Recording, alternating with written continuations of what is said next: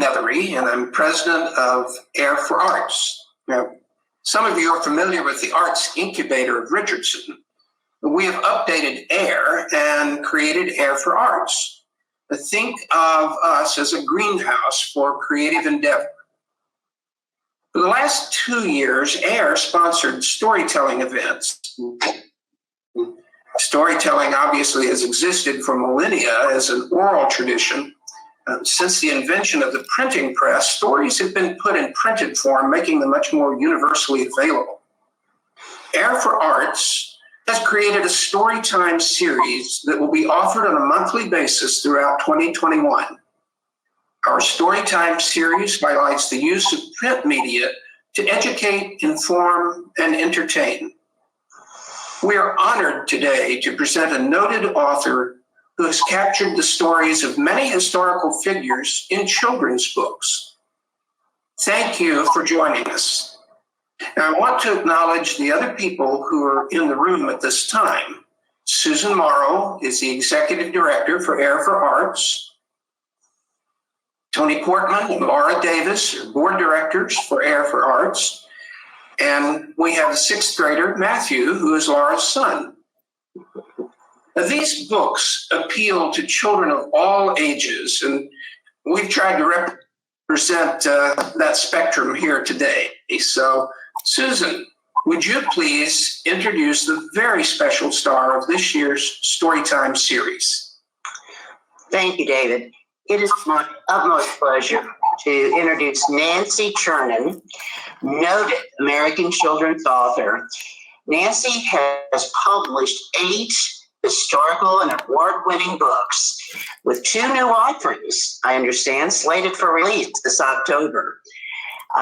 Today, Nancy is presenting Martin and Anne, the kindred spirits of Dr. Martin Luther King Jr.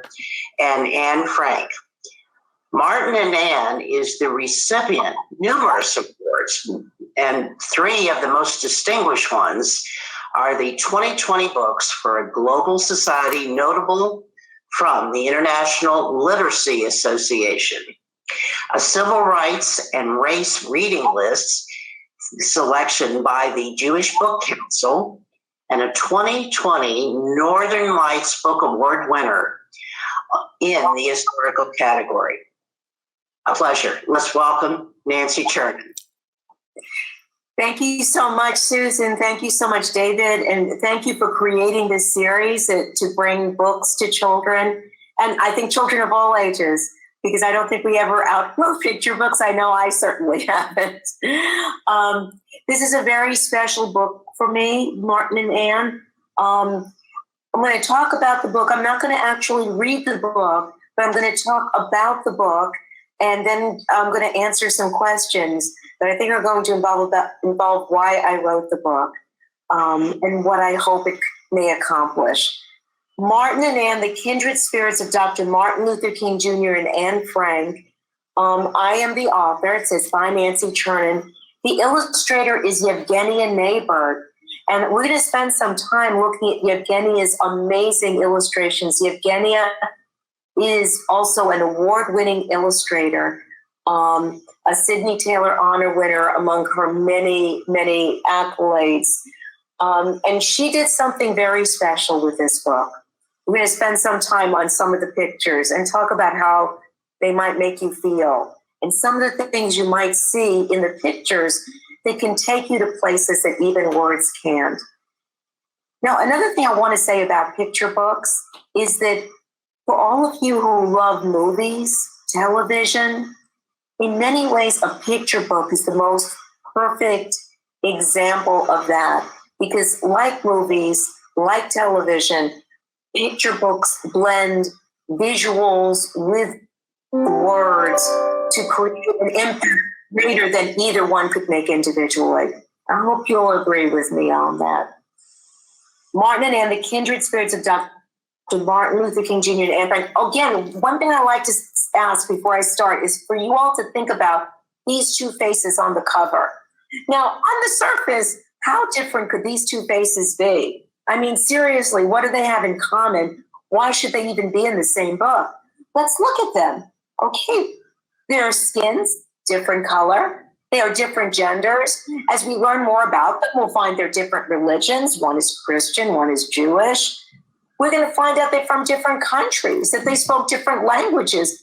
So what could these two possibly have in common? Why should they even be in the same book?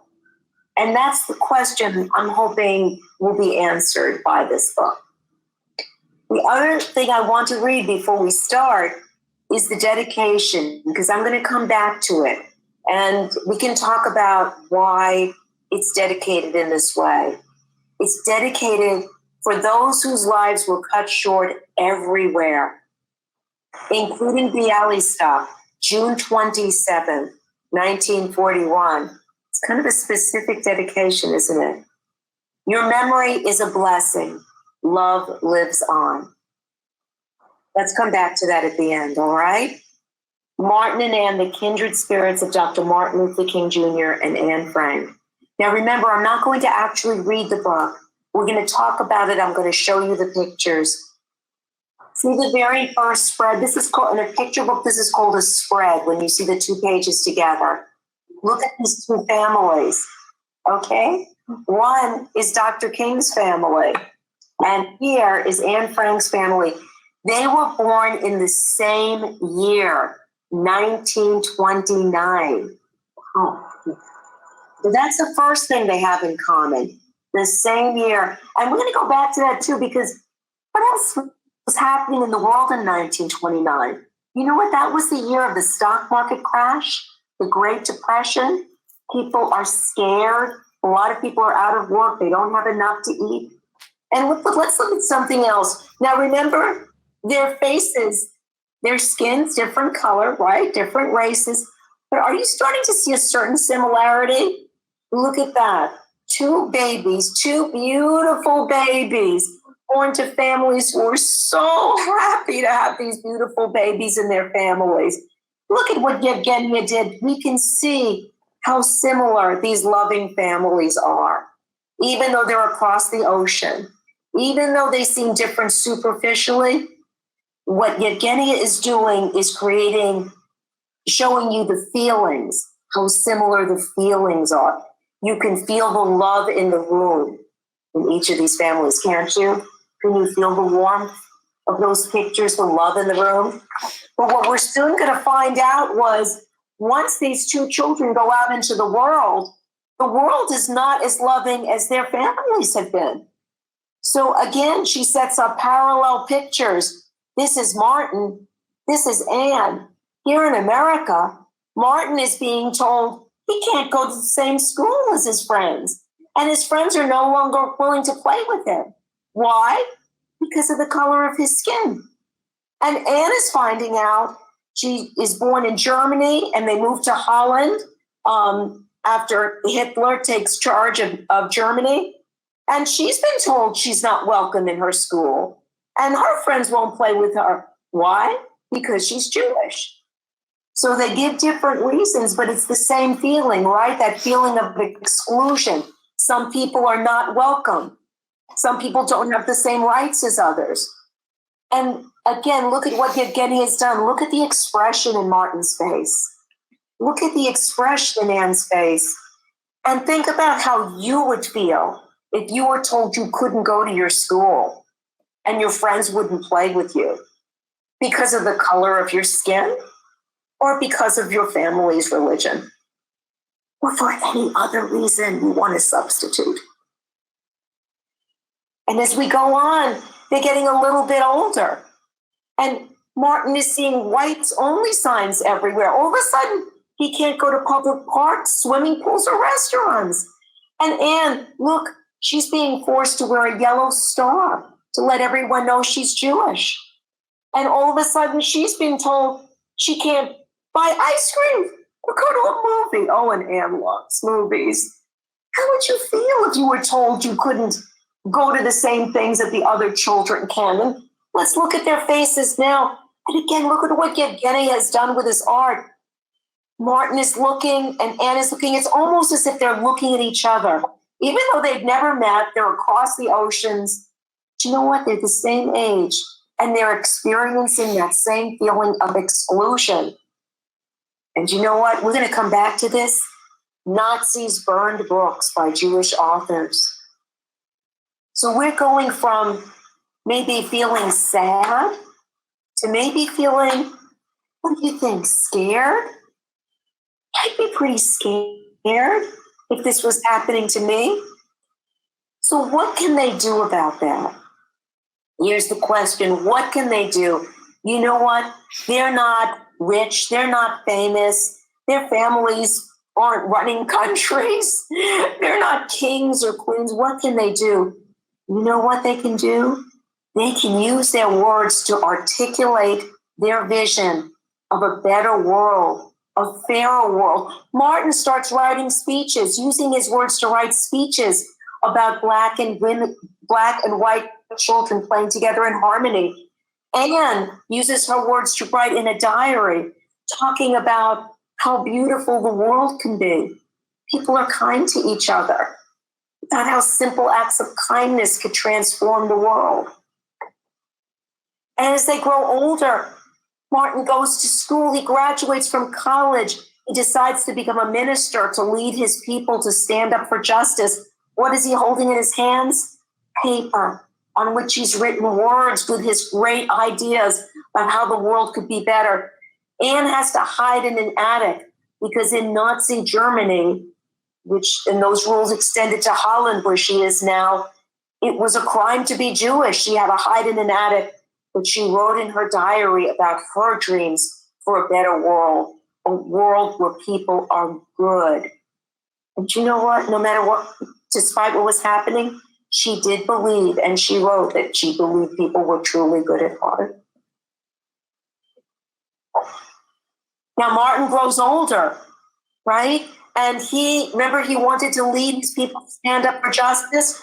Well, when Rosa Parks is arrested for refusing to give up her bus seat, he tells everyone, don't you ride those buses until everybody is treated fairly. And look, he's leading these marches. What do you see on these signs?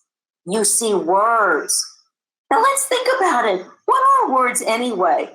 Words, you can't eat them, you can't taste them, you can't smell them, you can't wear them, you can't put them in the bank. They're not going to earn interest for you. But what can you do with words? You can put them on signs. You can use them to make speeches. And you know what? Martin's words give people courage and strength. Think about that. Can words make you brave and strong? Can they change the way you think of the world? Can they make you think of the way the world could be different, better?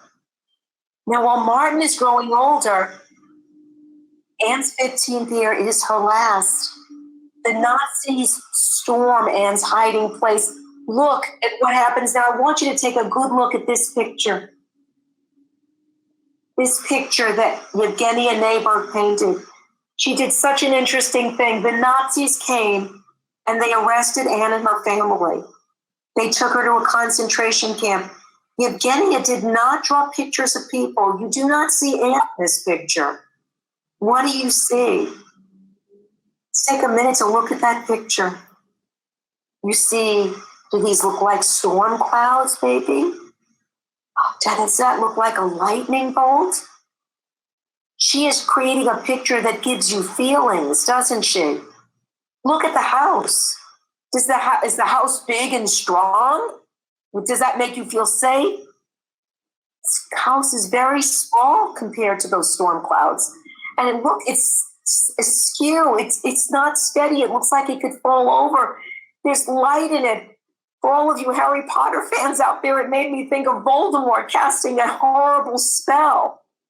And I have to tell you, I presented this book at Venus Middle School in Venus, Texas. And you know what the students there told me? They said this storm cloud with a lightning bolt to them looked like a broken heart. Once they said that, I could never unsee that. And here are the pages from her diary, all scattered around. What's to become of her words? We talked about words that can give people courage and strength, but what's happening to Anne's words? Are they gone forever? Guess what? Remember I said Anne believed in the power of simple acts of kindness? Let's come back to that, because kindness is going to change something for Anne and for us, for you and me. Martin grows older. He wins the Nobel Peace Prize when he's 35.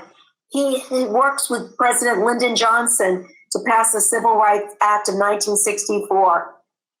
Those whites only signs, thing of the past, finally.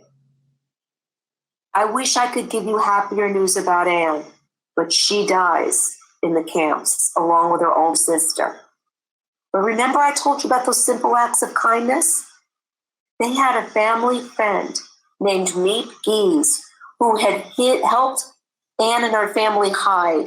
She had tried to keep her safe. She had tried to give Anne and the family food. When the Nazis came, she tried to protect Anne, but she couldn't save her when the Nazis came. But you know what she did save? Remember all those pieces of paper that scattered on the floor? Meep Geese gathered up all of those papers. She saved them. She put them in a drawer. She was hoping with all her heart to be able to give them to Anne when Anne came home. But of course, Anne never came home. But her father came home. Her father was the only one to survive the camps, the only one of the family to survive the camps. And what her father did, he had her book published. The book was published and it became a sensation, a bestseller. Actors performed it. That's why I said we benefited from that act of kindness, because Meep Geese saved those pages, gave them to her father. Her father had them published. That's how we have the benefit of knowing of Anne's great words, her vision of a world where people are kind, her belief that people are truly good at heart, her words that encourage us to be good and to do the right thing. And the words and those cramped rooms where she wrote those words, they are now a museum. If you ever get the chance to go to Amsterdam, you can go to those rooms and see where Anne and her family did, where she wrote those words. Martin was only 39 when a man who believed that Black people didn't deserve the same rights as white people shot and killed him. But no one could kill the way Martin inspired others. Just as Anne's words will never die. And do you know what? One of the things Anne wrote in her diary is she said, I want to go on living even after my death. And through her words, she has. And you know what? Here's something else I want to share with you. Terrible things have happened in the world. We have lived through, those of us who have survived a terrible pandemic have seen people we love pass on. One thing I've learned from writing this book, from studying Martin and Anne, is that people only die when they are forgotten. As long as we remember their words, the kind things they have done, the wisdom they have passed on, they continue to live through those words and memories. That is why we study history. That is why we write and read books, so those people, their spirits will stay with us in our hearts. So Martin and Anne, remember we talked about two people who seem to be as different as can be, but they were born in different places. But you know, they shared the same dream that one day all babies would be seen as beautiful, as all babies are, as each and every one of you is, as all of us are. Love is stronger than hate. Kindness can heal the world. I hope when you think about this book, you'll think about all that these two had in common. They look so different on the outside, don't they? But where are they the same? In their hopes, their dreams, the way they use words, their belief that people are good at heart, their belief that we all need to treat people with dignity and respect, that everybody deserves equal rights, equal opportunities. So where are they the same? They're the same where we are all the same, inside, in our hearts. I would like to share a couple of other things with you before we welcome some questions. I know there's some really good questions waiting for me. I want to share with you something special that happened. Just yesterday, I received the Braille edition of Martin and Anne. This makes me so happy that now kids who are blind and visually impaired have the same opportunity to read Martin and Anne. This is produced by the National Braille Press, a wonderful organization that has dedicated itself to making books available to the blind and visually impaired. This is their book of the month in their Book of the Month Club for Children. It's not only Jewish people who were discriminated against and were killed in the Nazi concentration camps. There were also people who resisted. There were people with special needs, the people who were blind, people who were deaf. So many people, anybody who didn't fit this narrow vision of what they wanted in Nazi Germany were slated for death camps. And so it makes it so meaningful to me that this is now available in Braille.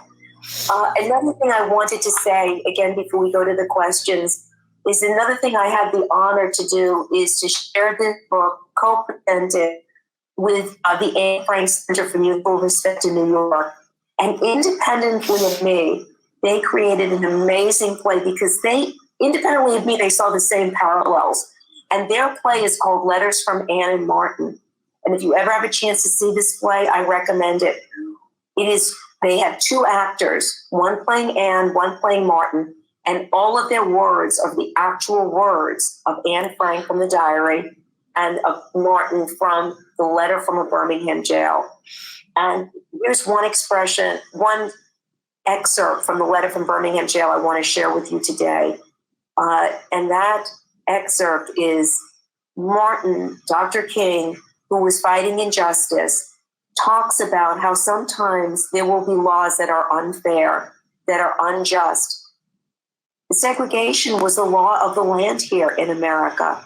Segregation, separation of the races, that Black people had fewer rights than white people. It was the law of the land that Black people couldn't marry white people. If you had a marriage like that, both people would be thrown in jail, and this happened.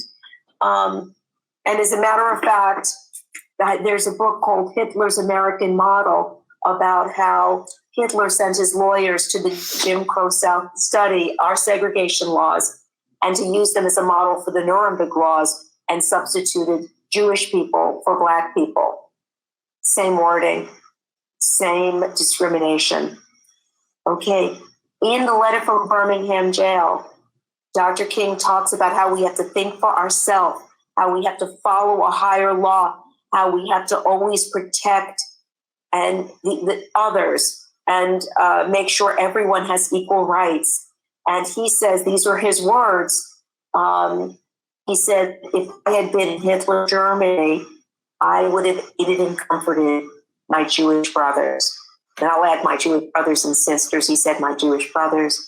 Think about that. I always like to ask, well, what did he mean by his Jewish brothers? Wasn't he a Christian minister? Did he have Jewish brothers and sisters? And when I ask this question, the very wise children usually say, he meant we are all brothers and sisters. We are one human family. And that's true, isn't it? I ask all of you out there, how many of you have brothers and sisters? Feel free to raise your hands if you've got brothers and sisters out there.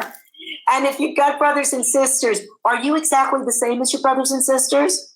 Do you like all the same foods? Do you have the same hobbies? Do you have the same personalities? And now, moment of truth, how many of you fight with your brothers and sisters? How many of you get so mad you want to throttle them sometimes? And I'll raise my hands here because I grew up and I was a kid and I got so mad at my brothers and sisters sometimes for ridiculous things. But you know, you get mad, right?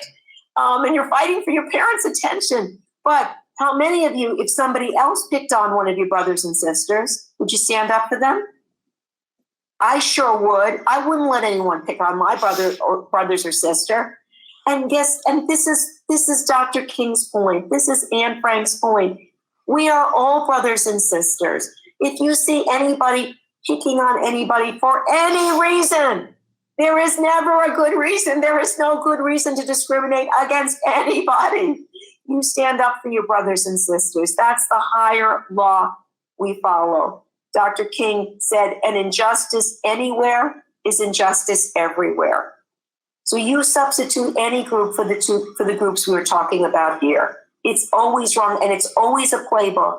It's always separate people, give some people more rights than others, forbid marriages between two people who love each other for any reason. It is always wrong.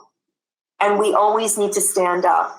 And Dr. King also said the arc of the moral universe is long, but it bends towards justice.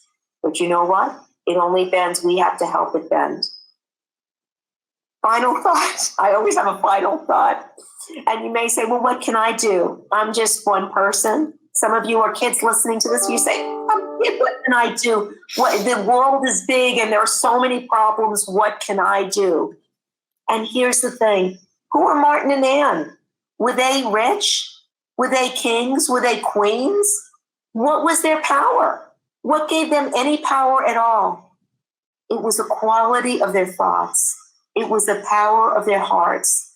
It was their willingness to put those ideas into words and share them with us. Dr. King led protest marches, peaceful ones. Anne never got to do that, but her words have inspired people to act for justice. So, and we all have that power. You can be writing words. You can be standing up. You can be standing up for someone else. You can simply be kind. You can lift somebody's spirits. That each light might be a little light, but all those lights add up and they make a great light. So I invite you. I hope that Martin and Anne will inspire you to add your light so that all our lights can add together to make a great light and to move us towards justice. Thank you so much. I welcome your questions, and don't forget to ask me about that dedication and the project, the Kindred Spirits Project. But let's take a little time for your questions. I have a question. Thank you. Why did you write the book? Well, why did I write the book? It's such a great question. I wrote the book in 2017. It took a while for a book to come out because it takes a while for these wonderful illustrators like Evgenia Neighbor to draw all her illustrations. I wrote in 2017 because I saw so many hate crimes. I saw crimes against people for their race, for their religion, for immigrants, for sexual orientation, for all these reasons. And it made me so sad. It made me so sad. And I thought we'd made so much progress. And it feels like the human race is going backwards. And I thought to myself, I need hope. I need hope. And I thought, who had hope in really dark times? And I immediately thought of Dr. King, and I thought of Anne Frank, who never gave up. Look what they faced. Look at the hate that they faced, and they never gave up on the human race and our ability to do better and to be better and to create a better world. And then as I read their words and I read about them, I just noticed, it just leapt out at me that they were both born in the same year, 1929. And it was as if a light bulb went off. What was going on in 1929? And I just started to see so many parallels. I got a piece of paper and I started writing down what was happening when they went to their first school, what was happening when they were growing up, what was happening, and how did they deal with that, the horrible things that were happening, how they both used their words. It's just the parallels just kept throwing themselves at me, and I felt compelled to share the story. this story gave me hope because I saw how they never gave up hope. It gave me hope how we can all make a difference because, again, they made a difference just by the power of their ideas and how they wrote them down, how they articulated them. And it was my hope that this book would give others hope and that empower us all to make a difference. Kind of a long answer to your question. I hope you don't mind my long-winded answers. Nancy, I would love to know, with all of the opportunities you've had to talk to kids and to people about the book, have you seen any examples of sort of that light bulb moment that you talk about where people have sort of an awakening? Or what sort of other positive results have you seen from the book? Absolutely, Laura. And one thing I create with all my books, I always have a project because it's my goal that the experience of the book will not end with the last page, but that children reading the book will want to be the heroes and heroines of their own lives. The project for Martin and Ann is the Kindred Spirits Project. And the idea for the Kindred Spirits Project is for kids to, in a classroom, let's say in a school, to reach out and connect with kids in another school, maybe in another neighborhood, city, state, country, another group that seems different on the outside where they can help each other celebrate what they have in common. And the first school to take me up on this was South Georgia Elementary in Amarillo, Texas. And they were thinking about what school they should partner up with. Now, remember, I wrote this book because I was so distressed about all the hate crimes I was seeing. Well, in 2019, there was a terrible hate crime where a man shot at immigrant families in El Paso, Texas, killing people. Well, these kids in Amarillo heard about that. They said, because originally they were thinking, oh, we'll go to another state, this and that. They said, no, we're going to partner with a school in El Paso, Texas. We're going to let those kids know they are loved. They are part of our family. They sent those kids books. They shared worksheets. They Skyped together and they became friends. Can you imagine how it lifted up those kids in Amarillo, Texas? In El Paso, but also the kids in Amarillo. And they really made a difference, those kindred spirits. There's another school I want to mention that I admire so much. The Oak Hill Academy School in Dallas, Texas is a school that has their students have special needs. Many of them are on the spectrum. Wonderful kids, terrific school.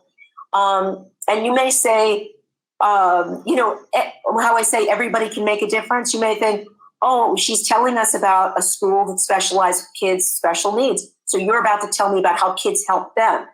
Oh, no, these kids wanted to help others. And they found out about homeless kids served by the Vogel Alcove. The Vogel Alcove is a wonderful organization in Dallas that gives homeless kids a place to stay during the day while their parents are at work because they don't have homes to stay in. And then the parents pick them up at the end of the day, take them to the shelters to sleep.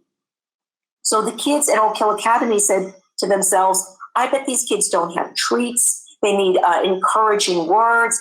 They collected food, treats, stickers, books, little toys, put them all in paper bags, decorated the paper bags with inspirational sayings, saying the light will come, keep on, having faith.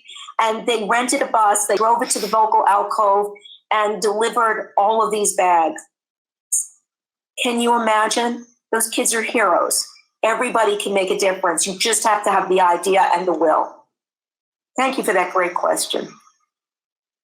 Hey, so Nancy, I've got one. First of all, I want to thank David and Susan because they've given a possibility through AIR4arts and through this wonderful room you're in and in this virtual environment to, during this pandemic time and during this crazy time, to have your voice, your book, and Martin and Ann gifted to the world. So thank you guys for doing exactly what Martin and Ann did. I love that so much.